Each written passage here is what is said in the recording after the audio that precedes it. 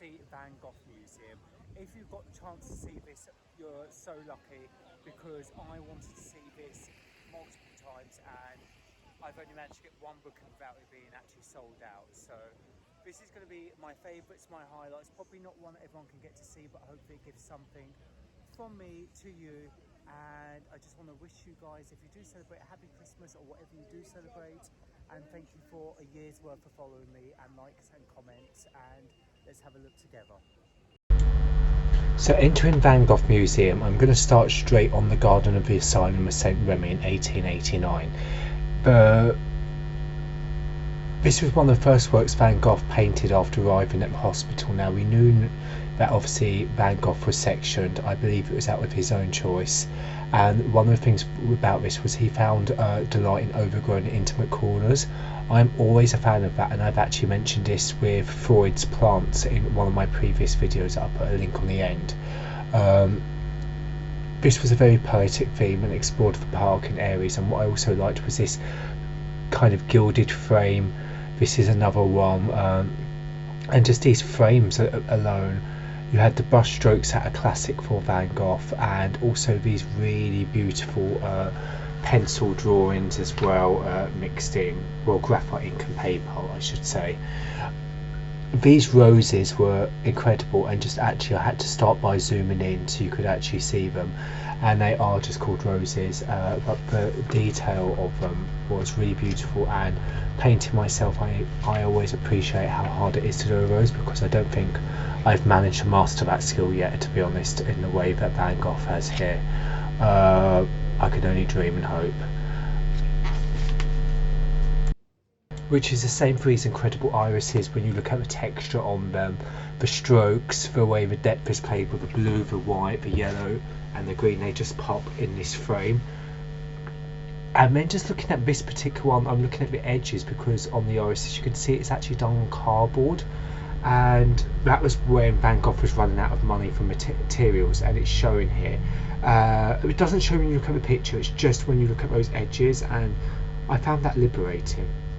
This is the famous chair that we all kind of know, and actually seeing it in real life was just really an honour, and this would have been in the yellow house of the artist's home, Van Gogh's chair, done in 1888.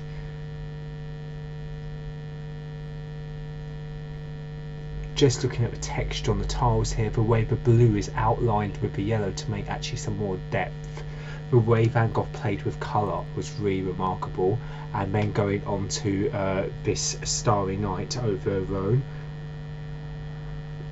The Starry Night is painted under a gas lamp, and that would have been how he described his view. And what I loved was this detail of the people that actually, looking at it and zooming in with my camera, I got more detail than with a naked eye, and I thought his eye, his detailing, his brush strokes was just remarkable. And this was the crowd just around, so you can see people are very engaged with it. And what was really, really lovely was people engaging with this. Yes, you had the odd selfie person, but because I came late in the evening on a Sunday, I think it was only people that really wanted to see the work, such as myself, and it was less about being seen with the work, which was really a relief for me, because I was a bit worried about going to this exhibit. And this is a reason why I took my time, because I just wanted to enjoy these master details like this.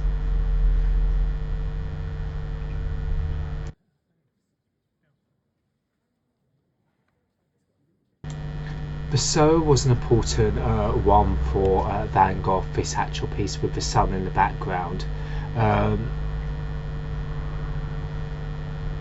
One of the things that he had actually done was created an expressed image of symbolic content with Christian overtones. One thing people do not realise all the time is that Van Gogh actually was considering being a priest at one point. This would have been his bedroom in the yellow house, so maybe while he was doing his Bible and doing his journals, this is how he'd have lived. This particular picture next to him I've seen before of the actual self-portrait. However, I found this incredibly moving and incredibly sad at the same time. There's a depression within those eyes, and it's captured it a bit on film, on camera, but in real life it really, really moved me, and I'm not afraid to say it actually moved me to tears. And next to this bedroom scene, I started to feel like the depression the expression, it gave me an idea of Laura Foots, Tracy Emin and other artists that have came afterwards. I'm really thinking actually Van Gogh started with a bed, actually, in a self-portrait reflecting his depression. This one that I've moved on to, I just thought the colours were really vivid and beautiful. I've got nothing more to say about these next couple of ones that I'm going to show you, apart from just showing you the exquisite beauty that is applicable to these paintings.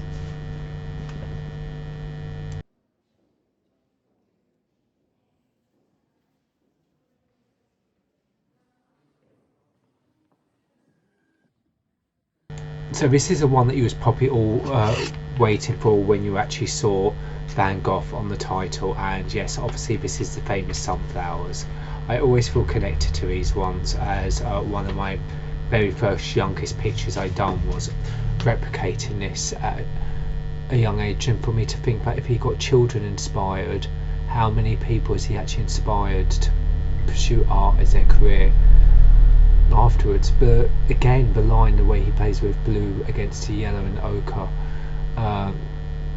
he did another version of this which you're going to come across in a moment in the next part of the gallery, and it was clearly because the flowers got popular he decided then to do another one.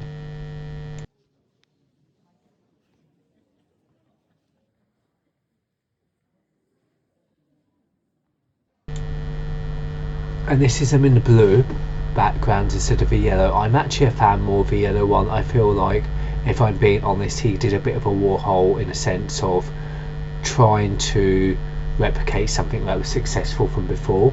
Maybe I've got that completely wrong, but that's just my personal idea on this.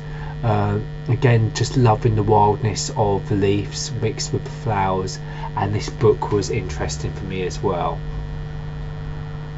It was titled The Joy of Living by Emily Zola's 1884 novel La Joie de Vivre, and it's a tale of optimism in the face of relentless difficulty, which tells me that Van Gogh didn't want to be depressed. He's checked himself in, he did these paintings, he was a Christian, he was trying to liberate himself most positive as possible. But sadly he was a troubled man and a troubled artist, and it comes across in that self-portrait that I saw before, and made me really feel for him and looking at this work in a different way. Just turning over to this one because I really love the kind of ox detail of a horse and the cart. I think it was an ox, or maybe it's a horse actually, and just the way this actually farmers work and the colours and the kind of feel of autumn in a way.